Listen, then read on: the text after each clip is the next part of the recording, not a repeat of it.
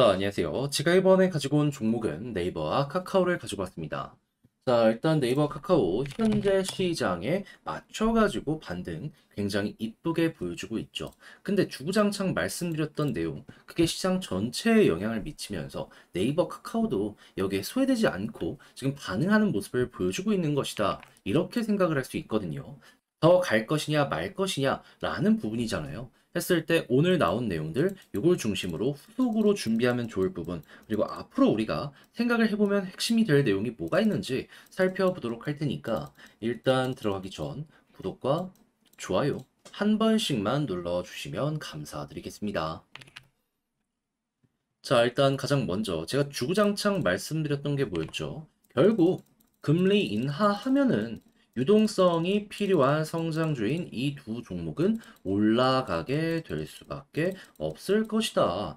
그런데 제가 이 와중에서도 중요 일정이라고 봐야 된다라고 설명드렸던 게 뭐가 있었죠? 소비자 물가지수와 생산자 물가지수가 어떻게 잡히는지 이거 확인해야 된다라는 부분이었잖아요. 그런데 이번에 CPI 나왔는데 어떻게 나오게 되었다? 일단 근원 CPI라고 해가지고 식료품이랑 에너지, 변동성이 큰 이 두 가지를 제외한 이 물가 지표는 0.3% 올라가면서 예상치를 상회해가지고 사람들에게 실망감을 주긴 했습니다.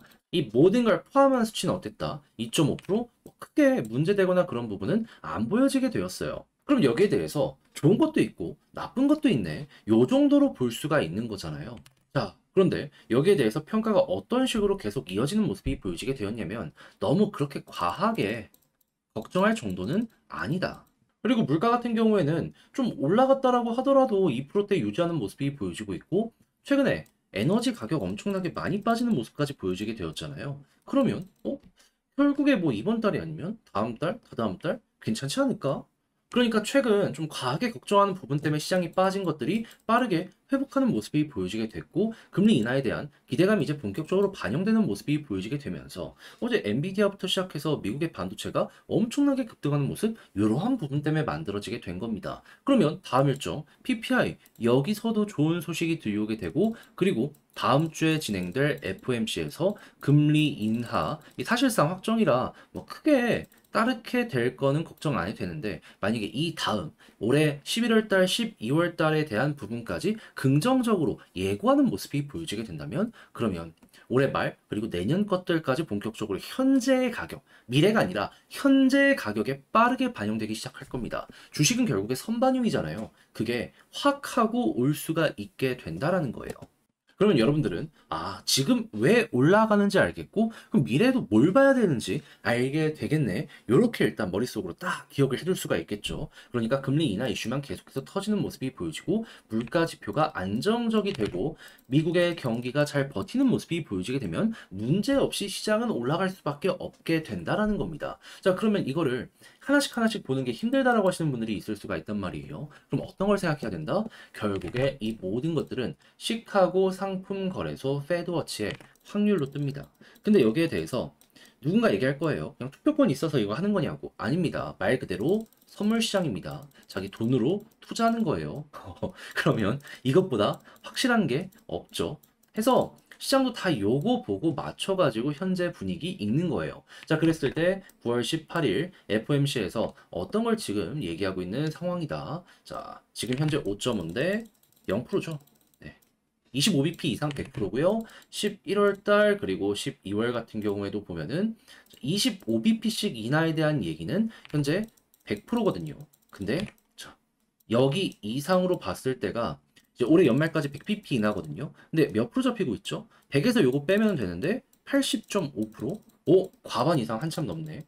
만약에 요거까지 빠르게 반영되는 모습이 보여지게 되면요. 그때 저는 개인적으로 시장 한번 단기적으로 확 하고 반응하는 모습 나타나게 되지 않을까 싶어요. 근데 여기서 끝이 아니라 내년 것들까지 계속 시간이 흐르는데 좋은 분위기가 유지가 된다면 지금 확률을 보시면 아시겠지만은 계속해서 이 제일 높은 숫자가 줄어드는 모습이 보여지고 있어요. 그러면 금리 인하가 연이어서 진행될 가능성이 높다라고 생각할 수가 있는 것이고 그렇다면은 이 모든 것들이 결국에 증시에 반영되면 될수록 그 순간까지는 꾸준하게 우상향 나올 수 있구나. 이것만 기억을 하시면 되겠습니다. 그럼 이걸 보면서 이제 매매 전략도 쉽게 짤 수 있죠. 나는 만약에 단타를 원한다. 금리 인하할 때마다 한 번씩 반응하는 거 생각하시면 되고요. 나는 스윙 중장기를 원한다. 그러면요. 이 금리 인하를 하다가도 중간에 쉬었다가 멈춰가는 템포가 있을 수 있거든요. 그러면 멈추려는 모습이 보여지게 되었을 때 매도.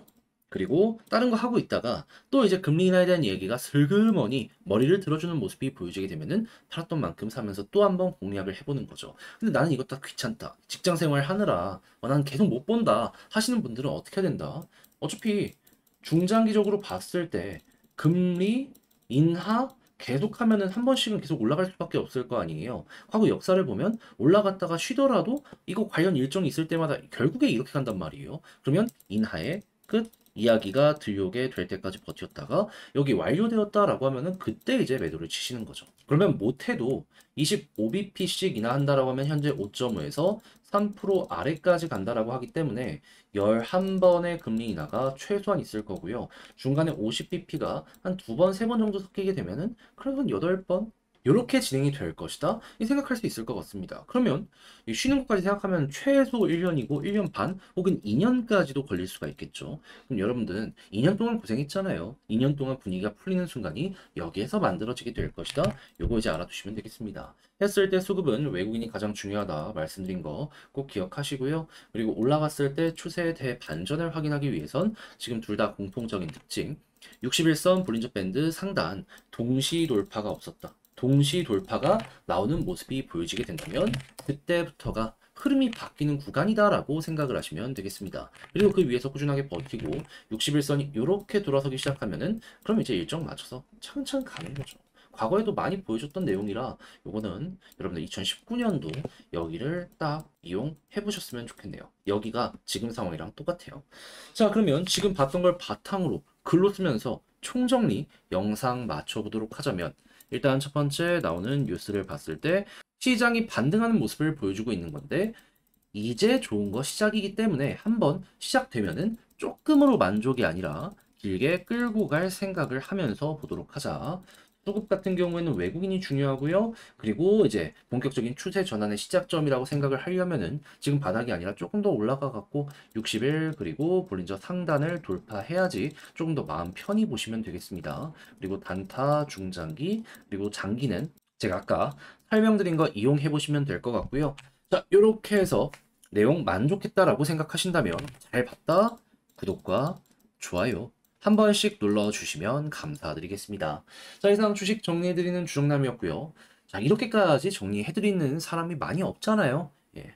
다음 영상들도 많이 시청을 해주시길 바라며 전 내일 더 좋은 영상으로 인사드리겠습니다. 마지막으로 비 오는데 조심히 집 들어가실 수 있으셨으면 좋겠네요. 감사합니다.